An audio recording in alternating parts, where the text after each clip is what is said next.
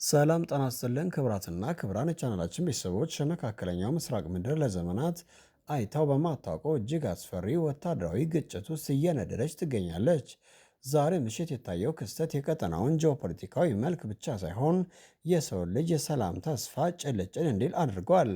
ኢራን ከራምሻር 4 ሰኞውን እስከ 2 ቶን የሚመዝን አውዳሚ የጦር አውራጅ መሸከም የሚችለውና የመካከለኛ ርቀት ተወንጫፊ ሚሳይሎችን ወደ ጎረቤት ሀገራት በመርጨት ቀጠናውን ወደ እሳትነት ሲኦል ቀይረዋለች። ይህ ሚሳይል የቴክኖሎጂ ውጤት ብቻ ሳይሆን የቴህራን ወታደራዊ የበላይነት ማሳያ ተደርጎ ተወስዷል። የፍንዳታው ድምፅ ከሩቅ የሚሰማ ሲሆን ሰማዩን በጭስና በባሩድ ተሸፍኗል።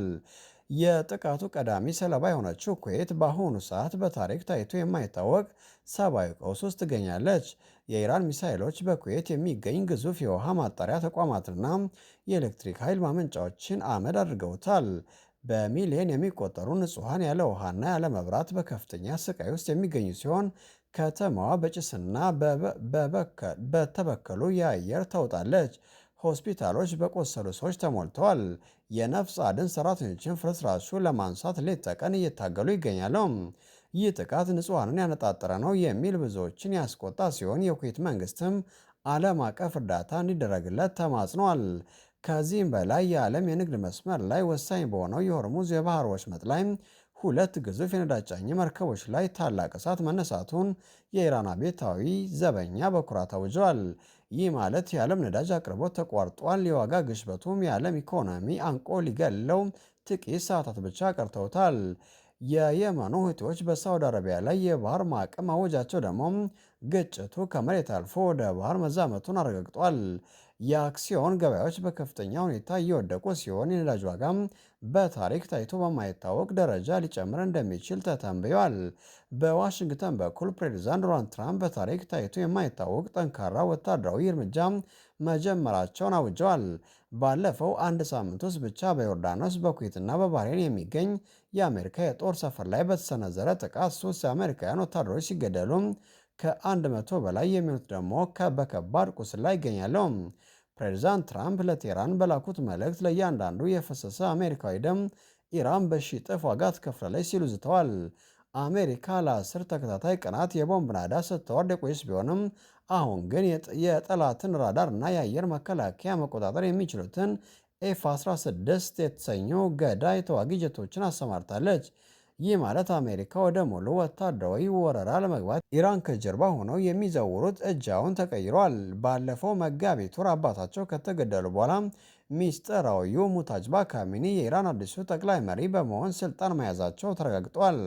ፕሬዚዳንት መሱድ ፔሻኪን እንደገለጹት አዲሱ መሪ ከቀድሞ በበለጠ ሁኔታ ወታደራዊ ስትራቴጂውን በቀጥታ እየመሩት ይገኛሉ ብለዋል።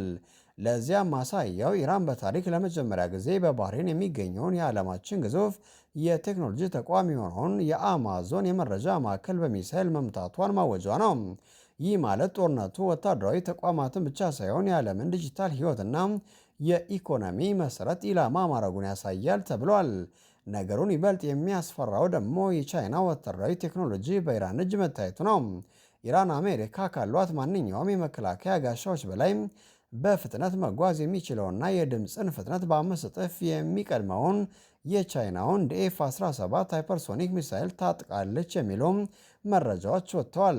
ቻይና በበኩሏ የብረት ዝናብ የተሰኘውና በአየር ላይ በመፈንዳት በሺዎች የሚቆጠሩ የብረት ፍርስራሾችን በማዝነብ ሰራዊቱንና ትጥቅን የሚያሽመደምደውን አዲሱ መሳሪያዋን ይፋርጋለች።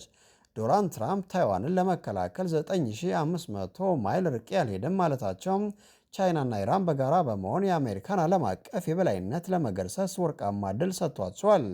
ይህ በእንዲህ እንዳለ የእስራኤል ጦር ከደቡብ ሊባኖስ ድንበር አካባቢዎች እየወጣ መሆኑና በምትኩ የሊባኖስ ሰራዊት እየገባ መሆኑን የሚገልጹ መረጃዎች እየወጡ ነው። ነገር ግን ይህ እንቅስቃሴ የሰላም ምልክት ሳይሆን አሜሪካና እስራኤል በኢራን ላይ ለሚሰነዝሩት ታላቅ ጥቃት መዘጋጃ ሊሆን እንደሚችል ተንታኞች ይናገራሉ። በመላው ቀጠናው የሚገኝ የአሜሪካ ወዳጆች በከፍተኛ ዝግጅት ላይ ናቸው። አሁን የቀረው አንድ ጥያቄ ብቻ ነው። ይህ እብደት የት ይቆማል? በኳታር በኩል የሚደረጉ የዲፕሎማሲ ጥረቶች በባሩድ ጭስ ተሸፍነዋል። የአሜሪካ የስለላ ድርጅቶች እንደሚሉት ከሆነ የኢራን መሪዎች ከ10 ቀናት በላይ የዘለቀው የአሜሪካ የአየር ድብደባ አላስበረገጋቸውም፣ ይልቁንም ይበልጥ እንዲቆጡ አድርጓቸዋል። ዓለም በአሁኑ ሰዓት በሁለት ኃያላን ሀገራት መካከል በሚደረግ የህልውና ጦርነት ውስጥ ትገኛለች። ዶናልድ ትራምፕ ኢራንን በጉልበት ያስከብሯታል ወይስ ኢራን አሜሪካን ከመካከለኛው ምስራቅ ጠራርጋ ታስወጣለች? መልሱን የሚሰጠው የጥቂት ቀናት ግጭት ይሆናል። ውድ ተመልካቾቻችን፣ ይህ የታሪክ ትልቅ ክስተት ነው። ይህን ቪዲዮ ለሌሎች እንዲደርስ ላይክ በማድረግ ወቅታዊ መረጃዎችን በየሰዓቱ ለማግኘት ሰብስክራይብ በማድረግ ቤተሰብ ነው። የእርስዎ አስተያየት ምንድን ነው? ዓለም ወደ ሶስተኛው የዓለም ጦርነት እየገባች ነው ብለው ያስባሉ? በኮሜንት መስጫው ላይ ሀሳቦን ያካፍሉን። አብራችን ቆዩም። ክቡራትና ክቡራን ተመልካቾቻችን ዛሬ የተመለከትናቸው መረጃዎች በሙሉ የሚያሳዩት አንድ ግልጽ እውነት ቢኖር ዓለማችን ከሁለተኛው የዓለም ጦርነት በኋላ አይተው የማታውቀው እጅግ አደገኛ የታሪክ ምዕራፍ ላይ መቆሟ ነው። የኢራን ባለ 2 ቶን ካራም 4 ሚሳይል መተኮስ ወታደራዊ እርምጃ አይደለም፣ ይልቁንም ለአሜሪካና ለምዕራባውያን የተላከ የመጨረሻ ማስጠንቀቂያ ነው። የኩዌት የውሃና የኤሌክትሪክ ተቋማት አመድ ሆነዋል። የሆርሙዝ የባህር በር በእሳት መለብለብ እና የአማዞን የመረጃ ማዕከል ኢላማ መደረግ ጦርነቱ ከድንበር አልፎ ወደ እያንዳንዱ የሰው ልጅ የዕለት ተዕለት ኑሮ መግባቱን ያረጋግጣል። አሁን ጥያቄው ጦርነት ይነሳል ወይ ሳይሆን ይህ ጦርነት እስከየት ይሄዳል የሚለው ነው።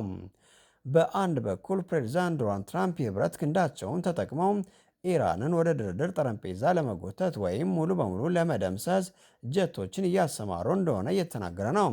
በሌላ በኩል ደግሞ አዲሱ የኢራኑ መሪ ሙጅተባ ካሜኒ ከቻይና በሚገኝ የሃይፐርሶኒክ ቴክኖሎጂ ታግዘው የአሜሪካን የበላይነት ለመገርሰስ ቆርጠው ተነስተዋል።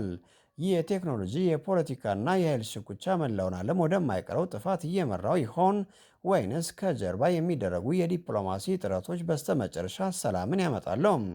ዓለም በአሁኑ ሰዓት በአንድ ሰው የጣት ጫፍ ውሳኔ ላይ ተንጠልጥላ ትገኛለች። እርስዎስ ምን ያስባሉ? ዶናልድ ትራምፕ የገቡትን ቃል ጠብቀው ኢራንን በማንበርከክ ዓለምን ከሶስተኛው የዓለም ጦርነት ይታደጋሉ? ወይንስ ኢራንና ቻይና የፈጠሩት አዲስ ጥምረት የአሜሪካን የዓመታት የበላይነት ያበቃለታል? ይህ ግጭት በነዳጅ ዋጋ፣ በቴክኖሎጂ አቅርቦትና በሀገራችን ሰላም ላይ ምን አይነት ተጽዕኖ ይኖረዋል? የእርስዎ ሀሳብ ለእኛ ሆነ ለሌሎች ተመልካቾቻችን እጅግ ጠቃሚ ነው። ስለዚህ አሁኑኑ በኮሜንት መስጫው ላይ ሀሳቦን ይጻፉልን። እያንዳንዱን አስተያየቶን እናነባለን፣ እንወያይበታለን። ይህ ሰበር መረጃ ለሌሎች እንዲደርስ እና የብዙዎችን አይን እንዲከፍት ላይክ እና ሼር ማድረጉን እንዳይረሱ። የዓለምን ሰላም የሚነኩ ሰበር ዜናዎችን በየሰዓቱ ለማግኘት ሰብስክራይብ በማድረግ ቤተሰባችን ይቀላቀሉ። የደውል ምልክቱን በመጫን ሁልጊዜ መረጃዎችን ቀድሞ ያገኙ።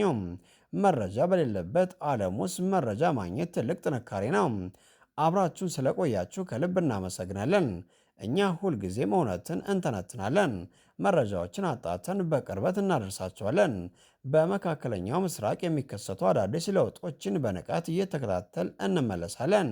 እስከዚያው ድረስ ግን ዓለማችንን ሰላም ያርግልን፣ አገራችን ይጠብቅልን። ሰላምና ፍቅር ለሁላችን ይሁን። በሌላ ቪዲዮ እስክንገናኝ ድረስ ሰላም ቆዩልን። ቻው ቻው።